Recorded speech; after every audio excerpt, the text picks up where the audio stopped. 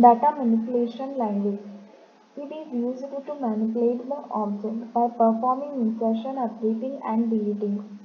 It is used to insert, create records in the table.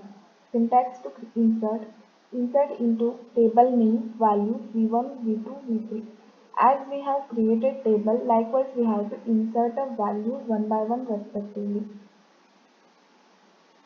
For example, insert into the product values 11 iPhone 1002.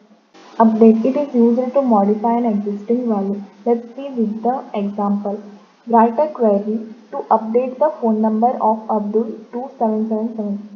We have to update the contact details of Abdul. Here the Abdul and his details, contact details 987. We have to update this with the 777. Let's see, update customer, the table name it is. Set a contact number 77 where customer name, where it is the where condition, it is used to filter.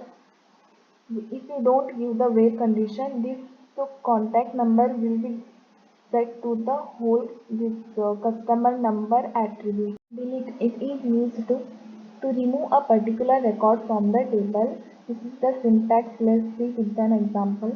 Write a query to remove Abdul from the list of customers. We have to delete this person from the table or list of the customer table. Delete from customer. Customer is the table name where customer name is equal to Abdul. After the execution of this, we will get the table like only with the Abhi data. Difference between the truncate and delete. Truncate belongs to DDL statement, delete belongs to DML statement. Truncate will remove all the records from the table permanently. Delete will remove a particular record from the table.